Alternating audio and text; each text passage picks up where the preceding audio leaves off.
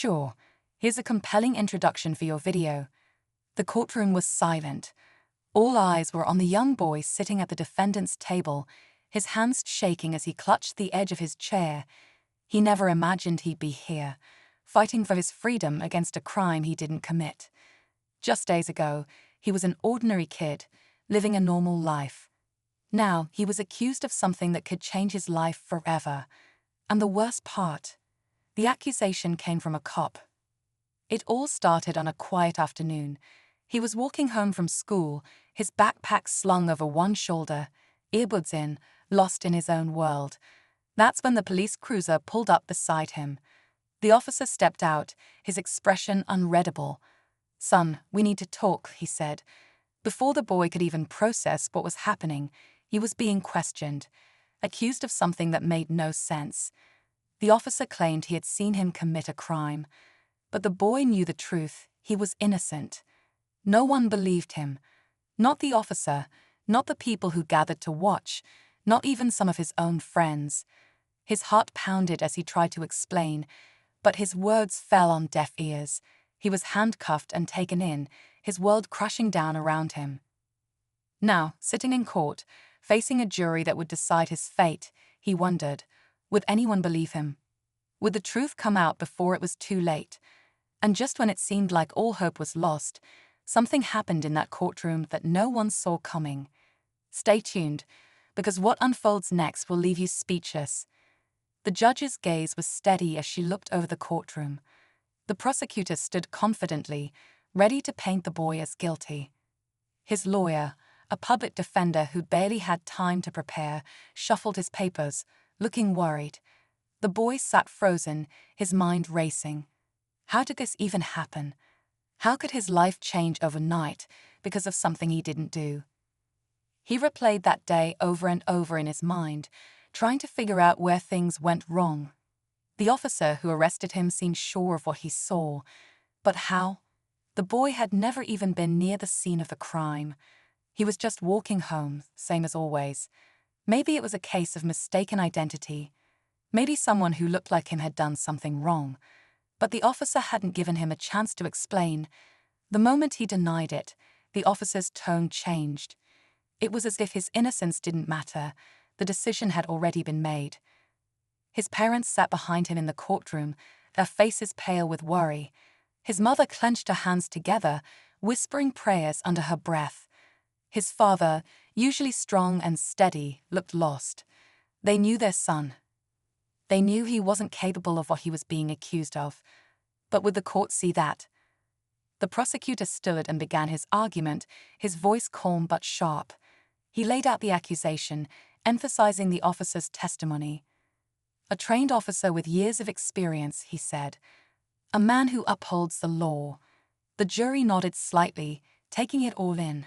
The boy swallowed hard. He wanted to scream, to stand up and beg them to believe him. Then, just as the prosecutor was finishing his statement, the officer himself walked into the courtroom. And that's when everything changed. The officer walked in with slow, deliberate steps, his uniform crisp, his expression unreadable. The room seemed to tighten as everyone turned to watch him. He took a witness stand, adjusting the microphone before clearing his throat. The prosecutor approached, his voice steady. "Officer, can you confirm that this is the boy you saw committing the crime?" The officer didn't hesitate. "Yes," he said firmly. "I saw him with my own eyes." A murmur spread through the courtroom. The boy's heart pounded in his chest.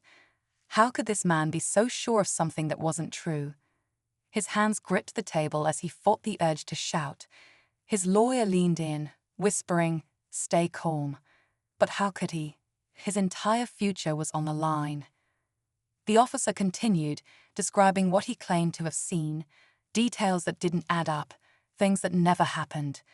The boy clenched his fists under the table. Every word felt like another brick being laid on a wall, trapping him inside. His mother wiped away a tear. His father shook his head, anger flashing in his eyes. Then came the cross-examination. His lawyer stood, adjusting his tie. "Officer," he said, "you're certain it was this boy?" "Yes," the officer replied. And you saw his face clearly? Yes. The lawyer nodded, flipping through his notes. Then he asked a question that sent a ripple through the room. What was he wearing? The officer blinked. Excuse me. The boy. When you saw him, what was he wearing? The officer hesitated for the first time. The prosecutor shifted uncomfortably. The jury leaned in. The tension in the room thickened. And in that moment, the boy realized something wasn't right. Finally, the officer cleared his throat. He was wearing a dark hoodie and jeans, he said. A few jurors scribbled notes. The prosecutor nodded, as if the answer confirmed everything. But the boy's lawyer remained still, watching the officer closely. Then, slowly, he turned to the boy. Stand up, he said. Confused, the boy rose to his feet. His parents tensed behind him. The lawyer turned back to the officer. Are you sure that's what he was wearing? Yes. The officer's voice was firm, but something about the way he sat forward betrayed his unease. The lawyer reached into his briefcase and pulled out a printed photo. This is a security camera still from a shop near where the incident took place. He held it up for the court to see. It was taken at the exact time the crime happened. The boy's stomach clenched as he looked at the image. It was him, walking home, just like he had said. But the detail that mattered most. He wasn't wearing a dark hoodie. He had on a light-colored t-shirt and sweatpants, nothing even close to what the officer had described. A murmur spread through the courtroom. The officer's jaw tightened. The prosecutor shifted uncomfortably. The lawyer took a step closer. So tell me, officer, if you were so sure about what you saw, how do you explain this? The officer opened his mouth, but no words came out. The courtroom held its breath. The boy felt the weight of the moment pressing down on him. And then, just when the silence became unbearable, the officer finally spoke, but what he said next changed everything. The officer's lips parted, but instead of a clear answer, there was hesitation, just a flicker of uncertainty before he spoke. I must have been mistaken. His voice was quieter now, less sure than before. The murmurs in the courtroom grew louder. The prosecutor stiffened. The boy's lawyer didn't blink. Mistaken, he repeated. You just testified under oath that you saw this boy clearly. You said there was no doubt. The officer shifted in his seat, glancing toward the prosecutor as if searching for backup. I thought I saw him, he said, but maybe I was wrong about what he was wearing. The lawyer didn't look away. Or maybe you were wrong about everything. The tension in the room tightened like a rope being pulled at both ends. The judge called for order, but the energy had shifted. Doubt now hung in the air. The officer's mistake wasn't just a small error, it was a crack in the entire case. And then, just as the boy felt the slightest hope, the prosecutor stood and cleared his throat. There's something else, he said, his voice calm but firm. Something the defense hasn't addressed yet. He reached into his briefcase and pulled out another document. We have an eyewitness who places the defendant near the crime scene. The boy's stomach dropped. His lawyer tensed. An eyewitness, he asked. Who? The prosecutor turned, gesturing toward the courtroom doors. They creaked open, and a figure stepped inside. The boy's breath caught in his throat. He knew that face. It was someone he trusted, someone who had no reason to lie. And yet, as they walked toward the witness stand, they refused to meet his eyes. The boy's heart pounded as the witness stepped forward. He knew them well. A friend, someone he had trusted. But now they wouldn't even look at him.